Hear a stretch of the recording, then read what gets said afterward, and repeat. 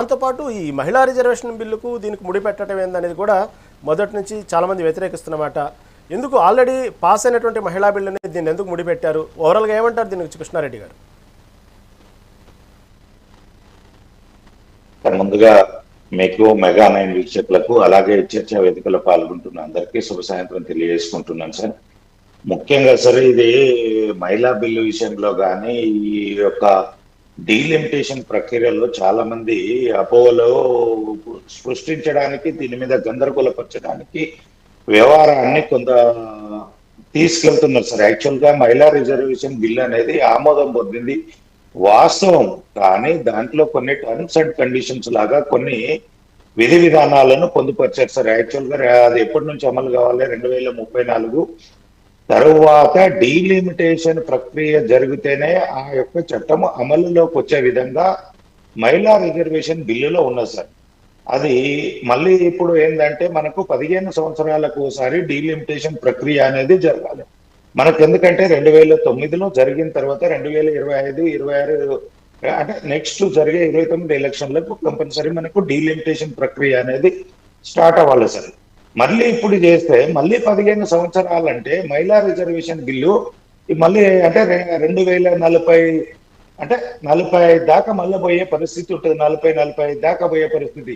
అప్పటికల్లా పరిస్థితులు ఏముంటాయో ఏందో అనేది మనము ఊహించలేము, పరిస్థితులను అవగాహన చేసుకోలేము. కానీ దానికి కంటే ఇప్పుడు ఏం చేసేదంటే ఇప్పుడు మహిళా రిజర్వేషన్ బిల్లును ఇప్పుడే అమలు పరచాలి, డీలిమిటేషన్ ప్రక్రియ ఎలాగో జరగాల్సి ఉంటుంది కాబట్టి దీన్ని చేయాలంటే ఆ బిల్లులో సవరణలు చేస్తూ ఈ బిల్లును ఆమోదము ఇప్పుడే పొందేటట్టు చూడాలంటే దానికి కలిగే ప్రాబ్లమ్స్ ఏంటంటే సార్, ఇప్పుడు మనకున్నాయి 543 పార్లమెంట్ ఉన్నా, మన దగ్గర 119 అసెంబ్లీ నియోజకవర్గాలు ఉన్నా, ఎక్కడైనా సరే ఇప్పుడు వాళ్ళకు 33% రిజర్వేషన్ చేయాలి, ఎస్సీ ఎస్టీ చేయాలి, మిగిలిన అన్నిటినీ అకామిడేట్ చేయాలనేటప్పటికీ మిగిలిన అన్నిటికి ఇబ్బందికరంగా తయారవుతుంది. అందులో మొదటి అంశం ఏమొస్తుందంటే సార్, ఒక నాయకుడు కానీ ఒకరు కానీ ఇప్పుడు 15-20 సంవత్సరాల నుంచో 20-30 సంవత్సరాల నుంచో ఒక నియోజకవర్గాన్ని నమ్ముకొని ఆ నియోజకవర్గంలో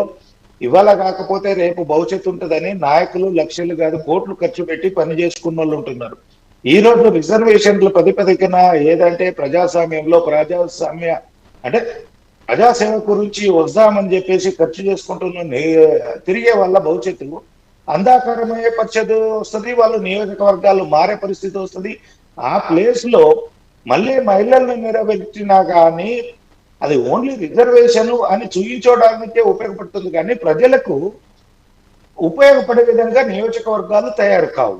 కాబట్టి దీంట్లో చేయాల్సిన అంశం ఏంటంటే సార్, ఇప్పుడు జనాభా నిష్పత్తి అనే దాంట్లో తీసుకుంటే కనుక సౌత్ కు చాలా ఇబ్బందికరంగా తయారవుతుంది సార్. ఎందుకంటే ఇక్కడ మనం అప్పుడు ఇది కుటుంబ నియంత్రణ పాటించడంతో స్ట్రిక్ట్ గా దీన్ని అమలు చేయడంతో సౌత్ లో పాపులేషన్ తగ్గిపోయింది. దీంతో మనకి ఇబ్బందికరమైన పరిస్థితులు వస్తాయి. కాబట్టి పాపులేషన్ కాకుండా ఇప్పుడున్న నియోజకవర్గాలు ఏవైతే ఉన్నాయో వాటిని 50% ఉన్న వాటికి 120 ఉంటే ఇంకా 55 సీట్లు కలుపుతారా, 60 సీట్లు కలుపుతారా, ఎట్లా కలుపుతారు అనేది 50%, లేదంటే 30%, 40%, ఆ యొక్క నిష్పత్తి ప్రకారం పెంచాలి. ఒక 10 ఉన్నాయి అంటే 10కి 30% అంటే 3 పెరగాలి, 50% అంటే 10కి 5 పెరగాలి. ఆ విధంగా ముందుకు వెళ్తారా, ఏం చేస్తారు అనేది కేంద్రంలో ఇప్పుడు చర్చ జరిగేటప్పుడు ప్రతిపక్షాలు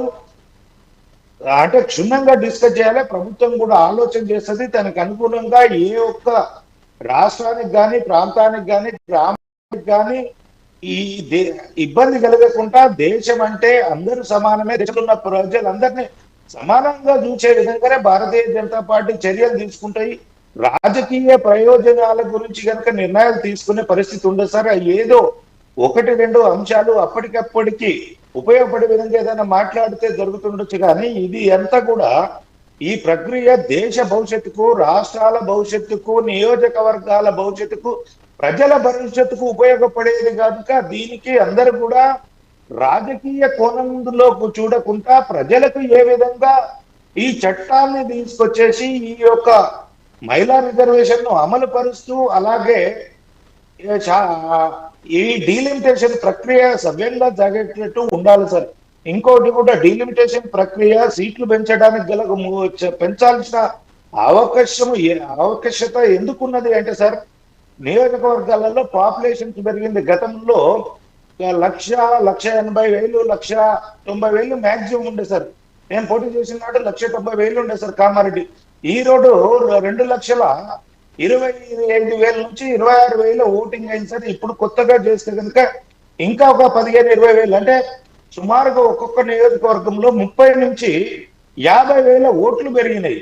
దీనికి అనుగుణంగా పాలన జరగాలి, అక్కడ నాయకులు అందుబాటులో ఉండాలి. ఈ విధంగా పాలన అనేది ప్రాపర్ గా జరగాలంటే పాపులేషన్ పెరిగింది కాబట్టి దాని నిష్పత్తిలో కూడా అసెంబ్లీ నియోజకవర్గాలు పెరగాల్సిన అవకాశం ఉంది. మళ్ళీ అలాగే పార్లమెంట్ నియోజకవర్గ అవకాశాలు పెరగాల్సిన అవకాశం ఉంది. కాబట్టి ఇదన్నీ కూడా అన్ని పార్టీలు కూడా ఒక రాజకీయ కోణంలోనే చూడకుండా ప్రజలకు ఉపయోగపడే విధంగా ఏదైతే ఇంకా ఏదన్నా బెటర్ గా చేసే అవకాశం ఉంటే ప్రభుత్వానికి అంటే ప్రతిపక్షాలు కానీ మేధావులు కానీ అందరి సలహాలు సూచనలు ఇవ్వాలి. కానీ భారతీయ జనతా పార్టీని ఈ యొక్క అంశాన్ని అడ్డం పెట్టి విమర్శించేసి రాజకీయ కోణంలో చూపించే ప్రయత్నం చేస్తే కనుక ప్రజలకు దేశ ఇబ్బందికరంగా కృష్ణారెడ్డి గారు రైట్ మనతో పాటు ఇప్పుడే జాయిన్ అయ్యారు కాంగ్రెస్ నాయకులు శివకుమార్ గారు మనతో పాటు ఉన్నారు. శివకుమార్ గారు నమస్తే.